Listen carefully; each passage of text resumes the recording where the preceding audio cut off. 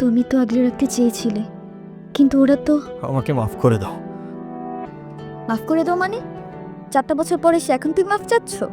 হাল ছেড়ে দিচ্ছ? তো আমি আর কি করব, আমাকে একটু বলবা? একটু বোঝার চেষ্টা করো। তোমার আর আমার ধর্মটা আলাদা, জেনি।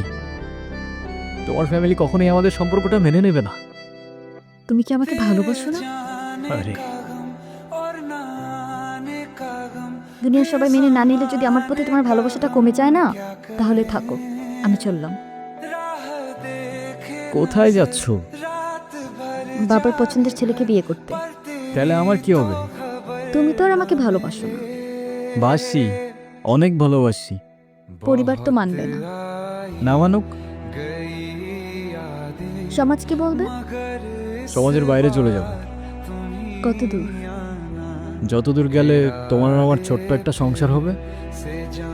আগলে রাখতে পারবে? সারা জীবন। হ্যাঁ বলো। কোথায় আছো তুমি? এই তো বাজার করে বাসায় যাচ্ছি। কেন? আগে বলো, গুড নিউজ শুনবা না ব্যাড নিউজ? ব্যাড নিউজটাই আগে শুনি। ব্যাড নিউজটা হচ্ছে তোমার এখন থেকে মাঝে মধ্যেই বাজার করতে হইতে পারে। কেন? কারণ গুড নিউজটা হচ্ছে নতুন চাকরিতে তোমার হাজবেন্ডের কাজের অনেক চাপ থাকবে এখন থেকে। কংগ্রাচুলেশনস।